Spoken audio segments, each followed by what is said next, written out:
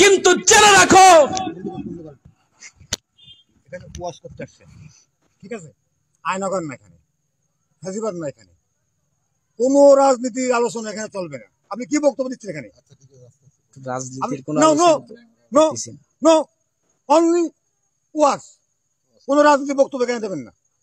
সেটা কিসের রাজনীতি? না, তা আপনি আয়নাগরের কথা কেন বললেন?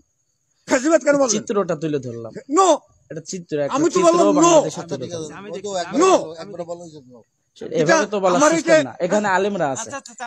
যে থাক, আমি আপনাকে নিষেধ করলাম কোন রাজনৈতিক কথা যদি বলতে হয় আপনাকে আমি স্টেজ থেকে এটা কেমন বিষয়? একজন আলেম বলবে। আপনি তর্ক করেন না, আমার সঙ্গে তর্ক করেন না, আমি তর্ক পছন্দ করি না। আর খতিব সাহেব, আমি ওরকম বক্তব্য শুনলে ওনাকে স্টেজ থেকে আপনি নামায়েন না। আচ্ছা আচ্ছা আচ্ছা, বাদ দেন, একজন আলেমের সম্মান আছে। না, তারপরে